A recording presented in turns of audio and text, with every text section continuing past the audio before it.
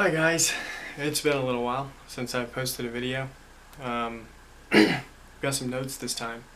I usually don't do that, but makes it a little easier when you have notes.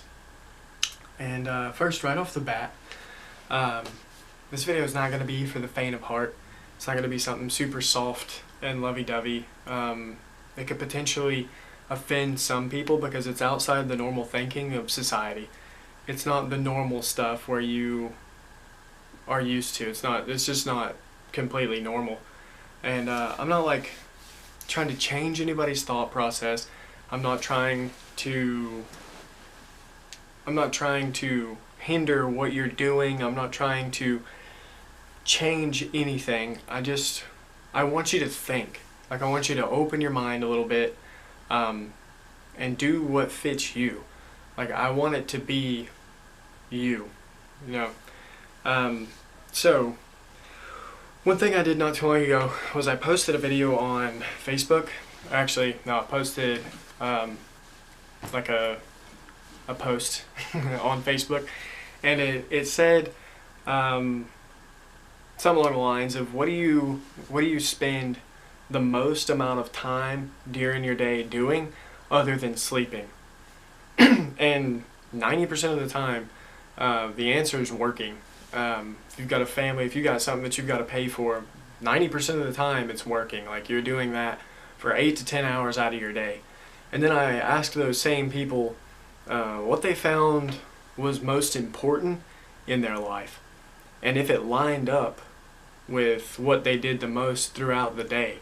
And there's very few people in the world that actually end up doing exactly what they care about most for the most amount of time during the day. We spend a lot of time putting our time, our effort, and everything into the owner of the company that we're working for because we're an employee.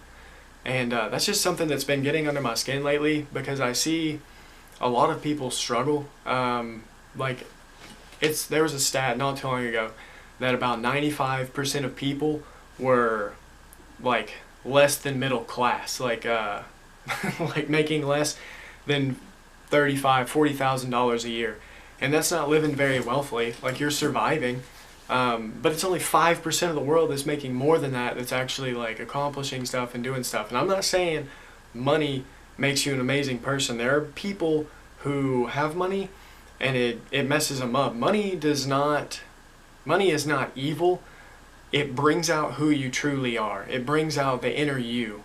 That's what money does. Money's just a tool. Money's a tool that you use. You can help people with it, or you could help just yourself with it, or you could throw it in the trash and burn it. Like, you just throw it away. You drink it away, you eat it away, and it's just gone. Like, you just spend it on things. Like, it's very, very possible, and it happens all the time.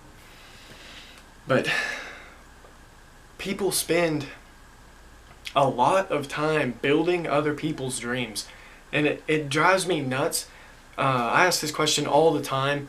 What do you want to do? Like, what do you like? What is something that you really care about and you want to do? And they don't know. Like, a lot of people have no idea what they would like to do because they're so set in thinking about their job. Like, that's the first thing that comes to their mind is like their job, because you spend 8 hours a day sitting there. And what I meant by building someone else's dream just a few minutes ago, that's something that drives me nuts. People want to provide. In that post on Facebook, a lot of people said their family. They want to be able to provide to their family, spend time with their family, do things with their family. But when it comes down to it, you're not giving that time to your family. You're giving money to them because you have to work a job. You got to pay the bills and stuff.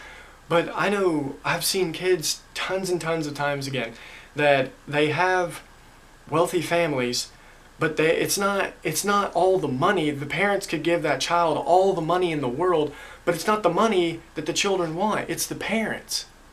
It's the family. It's the connection. It's it gets me fired up talking about this stuff because it's so important to me. And I mean, if you feel this deep inside you, then I'm not going to tell you to, but I would strongly recommend you finding out some way, something, doesn't matter what it is, some way that you can change the path that you're on. This isn't a set course. This isn't like a board game where you have to follow individual tiles for your whole life. This is something that you can think outside of the box. That's what the main point of this video is to make you think outside the box. I just want you to realize that there are other possibilities in this world. There are other things that you can accomplish without having to follow this tiny little set path that leads to mediocrity, that leads to the same thing every day, that's the same fish swimming down the stream, the same path, going the same direction every day. Day in, day out, you're fighting for a dollar bill. A lot of people tell me that a dollar bill and money is not the most important thing in the world, but those are the same people who are working for 8 to 10 hours a day for a dollar bill. They're spending all this time, all this effort, all this frustration for a dollar bill, for money. There are other options in this world. You've just got to be willing to chase it. If it is something that means that much to you, I'm telling you right now, if you need permission, you've got permission. There's no one gonna stop you. You have all right to break out of these boundaries and follow your own path. You have the opportunity. That's why America is free. Free to do what you want. You can go places, you can do things, you can build different things, different assets, different things that can fund your life. You just got to figure out something for yourself, something that you are comfortable doing. And I ask people this question too. I ask them, this one blows my mind. Say you have like 2 million, 5 million, whatever million saved in the bank. You have all this money saved in the bank. And then you have $10,000 coming in the month. Every month you have $10,000 coming in. And you have houses paid for, cars paid off, you got a few cars, you've got all the things you want in your house, everything's set up, you've got all the things that you wanted to buy. Now what would you do with that extra money? Say you're still spending 2-3 grand and you've got 7 grand left over at the end of the month. Are you gonna save it?